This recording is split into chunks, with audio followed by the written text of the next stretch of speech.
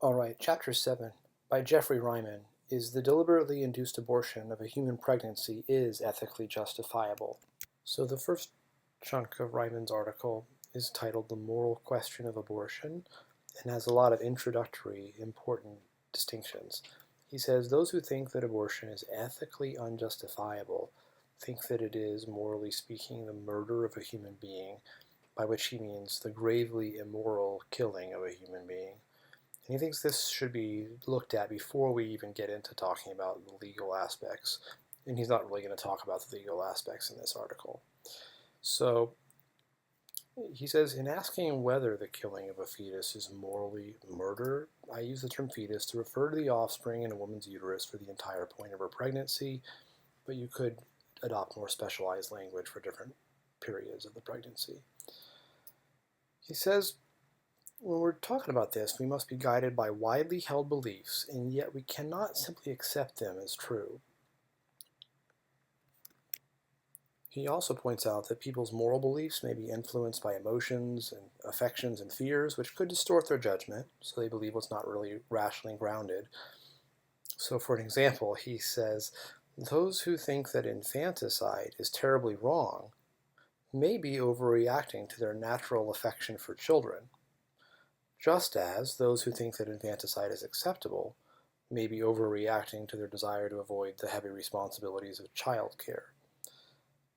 Now, considering this leads to a guideline that he phrases this way.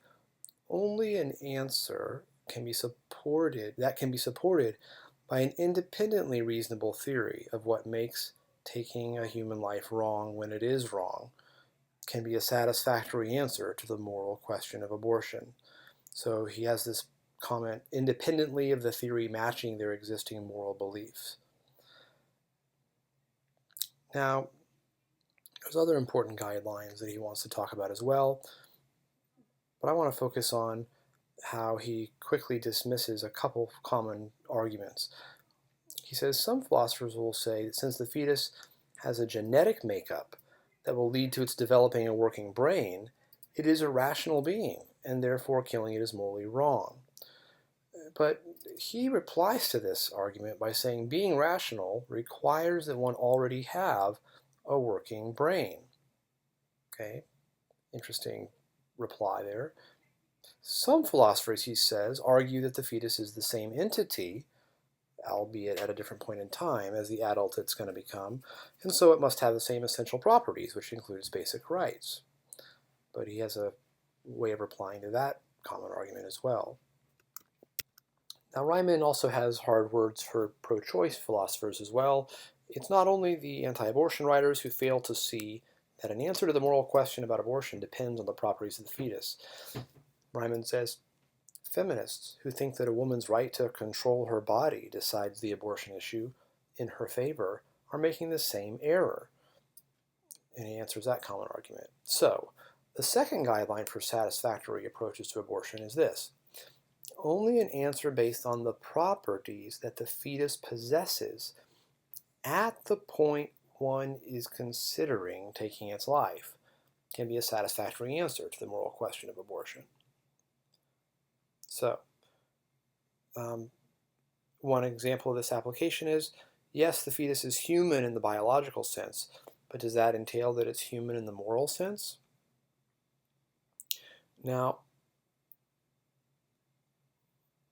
one more guideline he wants to talk about before he moves into actually illustrating how his approach satisfies these guidelines. This can be seen by looking at an interesting point. He says, traits that make a human life valuable cannot themselves establish that killing a human being is morally murder. Why not? Here's an interesting move. He says, if the wrong of murder were that it destroys a being with one or more valuable traits, then we should expect that replacing the murdered one with another with those same valuable traits, like another human, or more, like several humans, would at the very least significantly reduce the wrong of the murder. But this kind of replacement does not significantly reduce the wrong of the murder. In short, he says, the way we think murder is wrong implies that human beings are valued as irreplaceable by beings of comparable value. Or, as I shall say, Reiman writes, the wrongness of murder implies that human life has asymmetric value. That's one word, asymmetric. Usually, Reiman says, when we value something, we value it symmetrically. Our valuing it is about equally a reason for creating new ones and for not destroying existing ones. That's the symmetry in symmetric value, right? Like someone burns your CD and burn is not the right way of talking about it. Forget the CD example. I'll just stick with what Reiman has to say.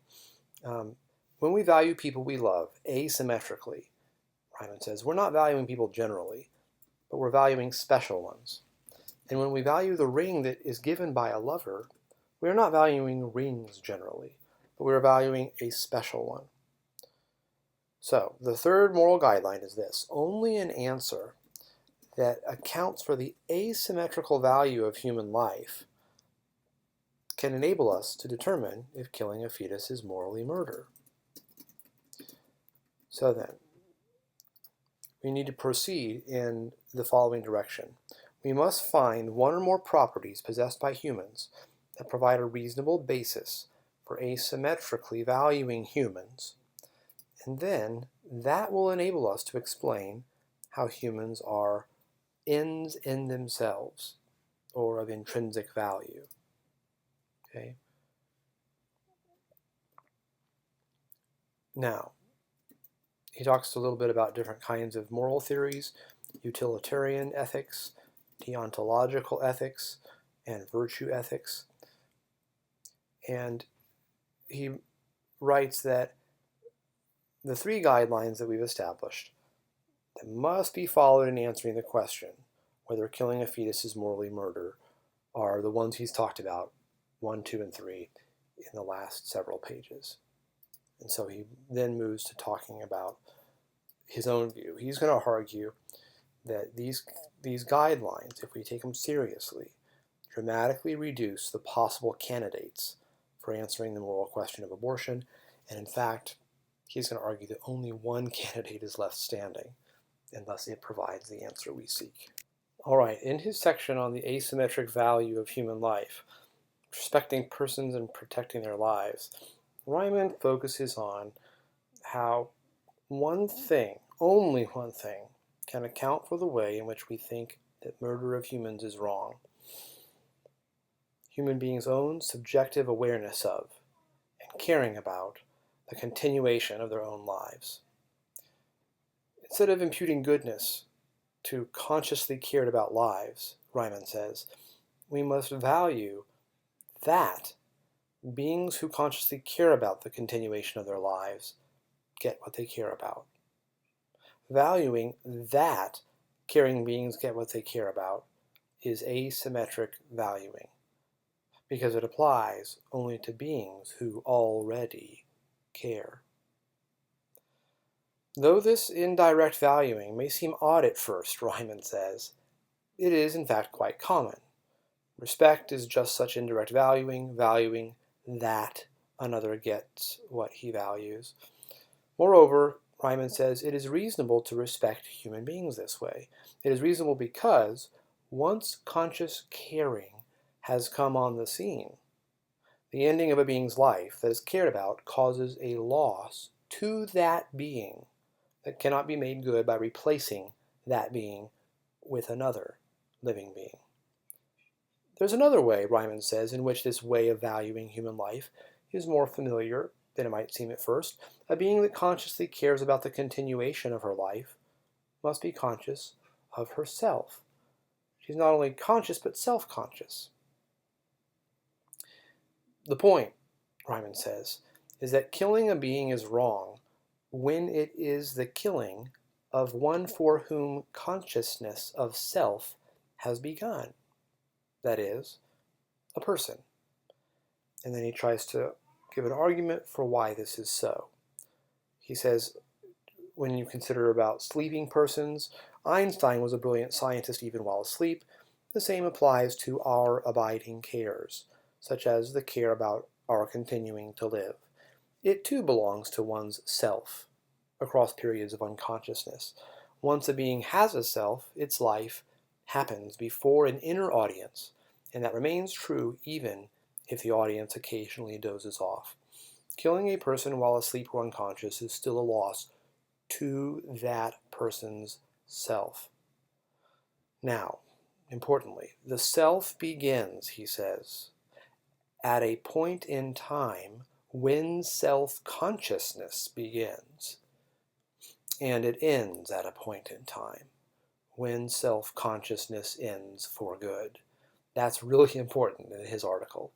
Killing a being who has not begun to be aware of its life, he says, and to care about its continuing, is killing it before it has a self, to whom its loss of life is an irreplaceable loss. For such a being, loss of its life is rather like its parents, having never conceived it, a symmetric loss that cannot account for the wrong of murder. In his final section, Morality and Mattering, What Makes Killing Humans Wrong, Reiman talks about how his account applies to infants and disabled people who are adults and suicidal people of various kinds. He says, a fetus does not have a right not to be killed because losing its life cannot matter to it. It cannot matter to a fetus because it does not yet have a self. It is not yet a who to whom it could matter. This is also true of newborn infants. Awareness of themselves, and thus selfhood, does not happen to infants until at least well into their first year of existence. So, does that mean he thinks it's okay to take the lives of human infants? Not so fast. What he argues is that even if infants' lives do not matter to them, human infants are universally objects of affection to human beings. Thus, what makes it wrong to kill human infants is that they matter to virtually all normal human beings, and that it is good that they do. Now, it might seem, he recognizes, that we could apply the same argument to human fetuses, right? Don't human fetuses matter to human beings generally? Reiman replies as follows. That is false, because with the possible exception of the pregnant woman herself, no one can care about the particular fetus that is inside a woman. And he spends a few more sentences elaborating on that view. It might seem that my argument implies that it is morally acceptable to kill older humans who, say, because of depression, do not want their lives to go on. This is not so, partly because he wants to say that his view is part of a larger approach that grounds the morality of protection of life and of rights generally on how our lives matter to us, which changes as we develop. Now, autonomy rights are a response to the child's new form of subjective caring about its life, just as the protection of its life was a response to the earlier form of simply desiring that its life go on. This account, he writes, also explains our moral obligations regarding the lives of severely mentally defective adults. The vast majority of severely mentally defective adults, he says, still possess enough rationality to justify some autonomy rights, and nearly all possess the minimum self-awareness and caring about their lives that justifies the protection of their lives.